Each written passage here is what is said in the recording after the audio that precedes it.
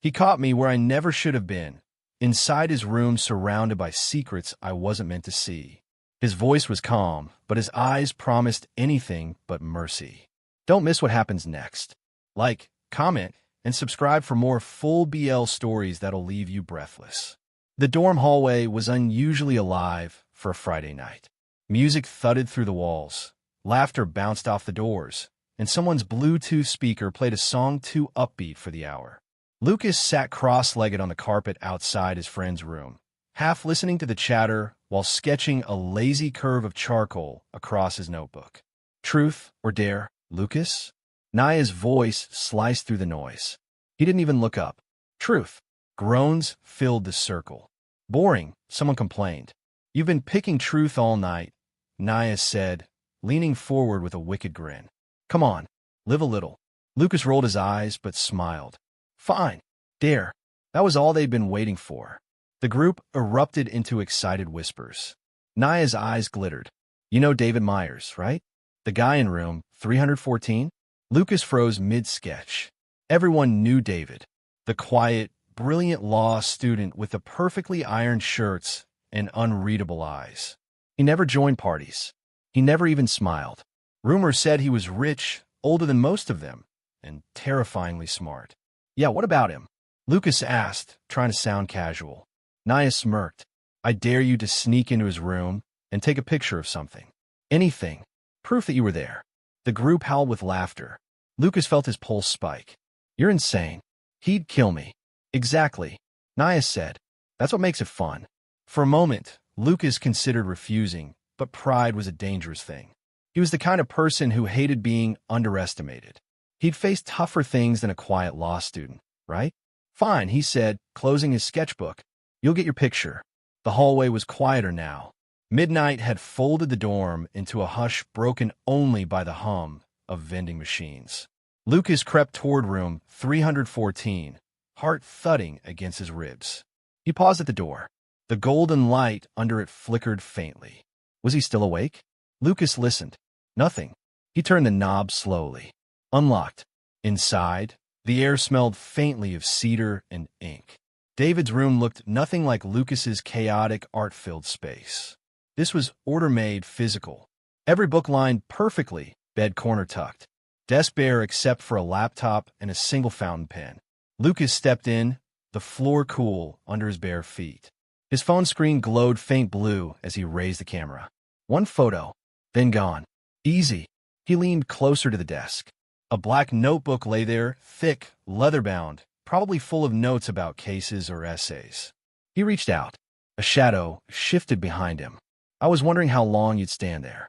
Lucas spun around so fast his phone nearly flew from his hand. David leaned against the doorframe, arms crossed, hair tousled as if he'd just pushed his hands through it. His voice was low and calm, but his eyes were sharp, glinting like cut glass. David, Lucas stammered. This isn't. Breaking into someone's room usually is what it looks like, David said, stepping forward. Lucas instinctively backed up until his hip hit the desk. The faint scent of David's cologne, wood and clean linen, filled the small space. I wasn't stealing anything, Lucas said quickly. It was just a dare. David finished for him. Lucas blinked. How did you think your friends whisper quietly? David's mouth curved in the faintest smirk. The walls in this building are paper thin. Lucas felt his face heat. So you knew. I was curious how far you'd go. David took another step, now close enough that the air seemed to thicken. Congratulations. You made it in. Lucas swallowed hard. Are you going to report me? Should I? David asked softly, almost to himself. He studied Lucas the way someone might study a puzzle piece that doesn't quite fit. Interested, maybe even entertained. He studied Lucas the way someone might study a puzzle piece that doesn't quite fit. Interested, maybe even entertained. You're in my room past midnight, holding your phone like a thief. What should I do with you? Lucas's breath caught. The question sounded rhetorical, but the tone, calm, deliberate, sent a ripple down his spine. Look, I'll delete the photo, he said. I'll go right now. Photo. David arched a brow. Let's see it. Lucas unlocked his phone with trembling fingers, opened the gallery, blank. He hadn't even snapped the shot yet. See? Nothing. David leaned forward, took the phone from his hand with effortless control, then placed it face down on the desk. Good. That makes things easier. Easier? Lucas echoed. David's voice dropped lower. Now I don't have to decide whether to forgive you or teach you not to play games you can't handle. The words hung between them, sharp and heavy. Lucas's mind screamed to move, to speak, to do something, but his body refused. The space felt charged, electric, not with fear, but something stranger.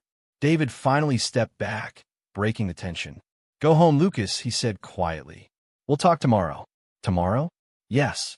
A faint smile curved his lips. Same time might be interesting. Lucas stared, unsure whether he was being mocked or invited. You're serious? Lucas stared, unsure whether he was being mocked or invited. You're serious? David's eyes softened, though his expression stayed unreadable. I don't joke often. He opened the door. The hallway lights spilled in, bright and ordinary compared to the dim tension of the room. Lucas stepped out, pulse still racing. When he glanced back, David was still at the doorway, one hand braced against the frame, watching him with that calm, unnerving gaze. Good night, rule breaker, David said, and at the doorway, one hand braced against the frame, watching him with that calm, unnerving gaze. Good night, rule breaker, David said, and shut the door. Lucas didn't sleep that night. He lay in bed staring at the ceiling, replaying every second. The way David's voice had dipped when he said teach you. The way his gaze had lingered like he was reading something Lucas couldn't see. It was ridiculous, embarrassing, and yet, reading something Lucas couldn't see. It was ridiculous, embarrassing, and yet, his stomach twisted with something that wasn't regret. By morning, Naya was hammering on his door for the photo proof. So she demanded, Did you get it? Lucas simply handed her his phone. No picture. What? You chicken out? He met her eyes and forced a smile. Let's just say I got caught. She laughed, thinking he was joking. Lucas didn't correct smile. Let's just say I got caught. She laughed, thinking he was joking. Lucas didn't correct her. When she finally left, he glanced toward the hallway, toward room 314. The door was closed, silent as always. But Lucas couldn't shake the feeling that on the other side, David was thinking the exact same thing he was. This wasn't over. Lucas spent the next day trying to convince himself it had all been a strange dream. But every time he passed the hallway that led to room 314, reality reminded him otherwise. David's door remained closed, perfectly still, like the man himself. Forget it, he muttered to himself as he gathered his art supplies. It's over. He's not going to call me out. He wanted to believe that. Except at exactly 8 that evening, a message appeared on his phone. David Myers, 314. No explanation. No emoji. Just the words, clean and final like a court summons. Lucas's stomach twisted. For 10 minutes, he paced his room, debating whether to go. Finally, curiosity, that same reckless spark that had gotten him in trouble. When David opened the door, he was dressed in casual clothes this time. A soft gray t-shirt, sleeves rolled up, hair slightly tousled. It made him look less like an untouchable law student and more human. Right on time, David said, stepping aside to let him in. Lucas hesitated. You said we'd talk, not? Exactly. Talking. David interrupted, shutting the door. But first, you'll do something for me. Lucas blinked. What kind of something? Consider a punishment. The word made Lucas's pulse quicken again, but David's tone wasn't cruel. It was calm, deliberate, the kind of tone that didn't. It was calm, deliberate, the kind of tone that didn't invite argument. David motioned toward the bookshelf. Everything in that case is dusty. You'll clean it. That's it, Lucas asked, caught between relief and disbelief. For now, David said, sitting down at his desk. Actions have consequences, Lucas. I'm not above teaching that. Lucas sighed and picked up a cloth from the desk. The first few consequences, Lucas. I'm not above teaching that. Lucas sighed and picked up a cloth from a desk. The first few minutes passed in silence, broken only by the soft sound of him wiping the shelves. He could feel David's eyes on him from behind, not constantly, but enough to make his skin warm. He tried to act unaffected.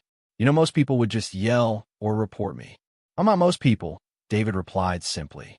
Besides, yelling rarely teaches anything. Lucas glanced over his shoulder. And what exactly are you trying to teach me? David's gaze held his for a beat too long. Boundaries. Maybe patience. Maybe both. Lucas laughed nervously. You sound like my high school principal. Do I? A small smile touched David's lips. Then maybe you've met one who enjoyed his work too much. The exchange hung between them, light on the surface but edged with something else. When Lucas finished the shelves, David stood and inspected his work like a professor grading a paper. Acceptable, he said. You'll come back tomorrow. Same time. Lucas frowned. To clean again? Unless you'd rather I report the incident. Of course not, Lucas said quickly. David nodded. Then it settled. Over the next few days, the ritual continued. Each evening, Lucas would show up at 8. Sometimes David made him straighten books. Other times he simply asked him to sit quietly while he worked, claiming he wanted company that doesn't talk too much. It was strange, and yet, somehow, it became the highlight of Lucas's day. One night, as Lucas was dusting the window ledge, he asked, "Why do you even let me come here? You don't seem like the type who likes people around." David looked up from his notes. "I don't, but you're different." "Different how?" David's gaze softened. "You don't fill silence with noise. You let breathe." Lucas turned back to the window, hoping David couldn't see the small smile tugging at his lips. They didn't speak for a while after that. The quiet wasn't awkward. It was charged like the air before rain. On the 5th evening, it rained. The sound of water tapping against the window filled the room, rhythmic and gentle. Lucas arrived drenched from running through the courtyard. His shirt clung to him, hair dripping onto his forehead. David looked up, expression unreadable. "You walked in the rain?" "It started halfway here," Lucas said, shivering slightly. "I didn't think it'd get this bad." Without a word, David stood and handed him a towel from his closet. "Here." "Thanks," Lucas murmured, drying his hair. When he glanced up, David was still watching him, not with cold judgment this time, but something softer. "Concern maybe. You should have waited until it stopped," David said quietly. "Then you think I chickened out." David's lips curved faintly. "I wouldn't." "Yeah, you would." The smile deepened just slightly before David turned away, pretending to check his laptop. "Sit down before you drip all over my floor." Lucas sat, towel still over his shoulders. The air between them felt heavier than the storm outside.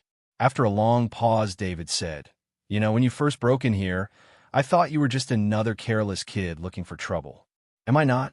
Lucas teased softly. "You are," David admitted. "But you're also interesting." Lucas tilted his head. "Interesting enough to keep punishing?" That earned a low laugh from David, quiet, genuine. "Let's call it something else now." "What then?" "Spending time." Lucas felt his chest tighten at the simplicity of it. They sat like that for a while, just the two of them, surrounded by rain and quiet, both pretending they weren't aware of the invisible line they were walking. When Lucas finally stood to leave, David followed him to the door. "Same time tomorrow?" he asked. Lucas hesitated. "You're not serious about keeping this up, are you?"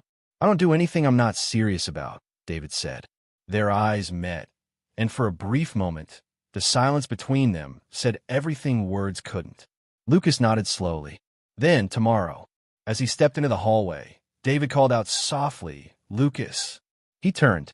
David's expression was unreadable again, but his voice held a warmth that hadn't been there before. "Don't get caught in the rain next time." Lucas smiled. "No promises." That night, as Lucas lay in bed listening to the fading storm, he realized he wasn't afraid of David anymore. If anything, as Lucas lay in bed listening to the fading storm, he realized he wasn't afraid of David anymore. If anything, he was afraid of what would happen when the punishment finally ended, and he had no excuse to see him again. Lucas hadn't meant to start craving the visits. But by the 6th evening, the silence of his room felt too wide, too empty. He kept glancing at the clock. 8 o'clock came and went. No message.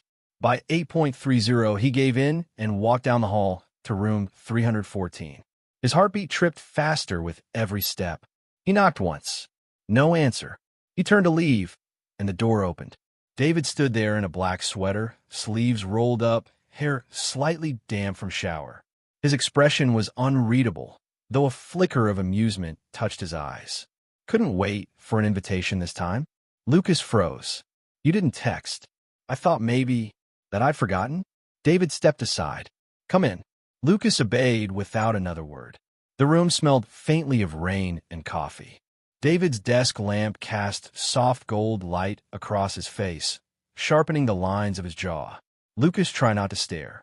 Sit, David said, motioning toward the chair by the desk. Lucas, Saturday. So what am I doing tonight? Cleaning again? David closed the door, leaning against it with his arms crossed. No, you've done enough cleaning. I want to ask you something. That tone, calm but deliberate, always made Lucas's pulse jump. Okay. David studied him for a moment. Why did you come back? Really? Lucas blinked. You told me to. I told you to come at 8. You showed up 30 minutes late without being asked. His gaze sharpened. That's not obedience. That's choice. Lucas shifted uncomfortably. Maybe I just didn't want you thinking I was scared. David's lips curved faintly. You're scared. You just hide it better than most. The words landed like a challenge. Lucas bristled. You don't know me. No, David said quietly, stepping closer. But I'd like to. Lucas's throat went dry. You're playing Know Me. No, David said quietly, stepping closer. But I'd like to. Lucas's throat went dry. You're playing with me again. Maybe. David leaned down, resting one hand on the back of Lucas's chair, close enough for Lucas to feel his breath. You came into my space, Lucas. Now you keep returning to it. Tell me why. Lucas forced a shaky laugh. You're intimidating. Maybe I enjoy the thrill. Or maybe you like being seen. That struck deeper than he wanted it to. David's voice dropped lower. You hide behind jokes, noise, people. But when you're here, you don't have to. Lucas turned his face away. You sound like you're analyzing me. Observation, not analysis. Feels the same. David moved closer, just enough that Lucas could feel the warmth radiating from him. Then tell me to stop. Lucas hesitated. His heart was pounding hard enough to hurt. He could tell David to move, should tell him. But the words refused to come. David smiled faintly, as if he could read the answer in the silence. That's what I thought. He finally straightened, giving Lucas room to breathe. You can go if you want. Lucas stayed seated. You're enjoying this, aren't you? David turned toward his desk. Maybe, but so are you. The quiet that followed wasn't awkward. It was alive, pulsing with something neither wanted to name. The next evening, Lucas told himself he wouldn't go back. He'd skip one night, break the rhythm, prove he wasn't caught in whatever strange pull David had over him. By 8:15, he was outside 314 again. He knocked softly. The door opened before he could even drop his hand. David looked mildly amused. You're predictable. I wasn't going to come, Lucas said defensively. But you did. Don't sound so smug about it. David's voice softened. I'm not. I'm glad. That word, glad, threw him off balance. It wasn't teasing. It wasn't dominant. It was genuine. Why? Lucas asked quietly. David stepped aside, letting him in. Because I wasn't sure you'd want it anymore. Lucas frowned. Why wouldn't I? David didn't answer right away. He moved to the desk, picking up the leather notebook Lucas had almost photographed that first night. You weren't supposed to be part of my life. You were supposed to be a lesson in boundaries control. And now, David met his eyes now on the one breaking rules. The admission hit like a confession. Lucas couldn't look away. David closed the notebook, placed it aside, and approached him slowly. Do you trust me, Lucas? Lucas swallowed hard. Should I? Probably not. Then why are you asking? Because I need to know how far I can go before you tell me to stop. The air between them tightened. David reached up, brushing his fingers against Lucas's sleeve, a touch light enough to feel deliberate. You think I like control because I enjoy power? He murmured. But what if it's the only way I know how to care for someone? Lucas froze, unsure whether to move closer or step back. You don't even like people. David's smile was faint, almost sad. Maybe I just hadn't met the right one. For a moment, the world outside disappeared. The hallway, the rain, the hum of distant voices. All that existed was the weight of David's words and the quiet rhythm of their breathing. Then David stepped back, letting the tension unwind just enough. You should go. Lucas blinked. What? It's late, David said softly. And if you stay, I won't stop. Lucas's heart skipped. He searched David's eyes for a trace of teasing, but found none. Only restraint. Without a word, he turned toward the door. But before leaving, he paused. "You said this started as a lesson," he said quietly. "What am I supposed to be learning now?" David's voice followed him, low and even. "How it feels when someone actually sees you." Lucas looked back, but David had already turned away. That night, Lucas lay awake, staring at the faint shadows dancing on his ceiling. He didn't know whether he wanted to run from David or back to him. And deep down, he suspected that David already knew the answer. The hallway was quiet, too quiet. Lucas's footsteps echoed against the linoleum floor as he approached room 314, each step heavier than the last. He didn't knock this time. The pull of David's space was too strong, and the thought of waiting was unbearable. David's door opened almost immediately, as if he had been expecting him. The faint light from the room spilled into the hall, warm and inviting, though the tension inside it made Lucas hesitate. David didn't say a word. He simply stepped aside, his presence filling the doorway. Lucas entered, the door clicking shut behind him. His chest was tight. His pulse hammered at his ears. The air between them was thick, alive, charged with everything they had said and left unsaid. David moved first. He closed the distance with deliberate slowness, his gaze intense, assessing, commanding. Every movement made Lucas's stomach twist. Before Lucas could step back, David reached out, catching his wrist with a firm but not cruel grip. The touch anchored him. "You've come a long way to get here," David murmured, his voice low and steady. "And yet you hesitate." Lucas swallowed, unable to speak. The room felt smaller, every shadow an object charged with the memory of the first night. David guided him toward the center of the room, every motion precise. He didn't rush. He didn't need to. The power was in the weight, in the control of proximity. Lucas's head tilted back slightly, chest rising and falling rapidly. His hands trembled at his sides, and David's eyes followed every subtle movement, reading his reactions like a story he alone could interpret.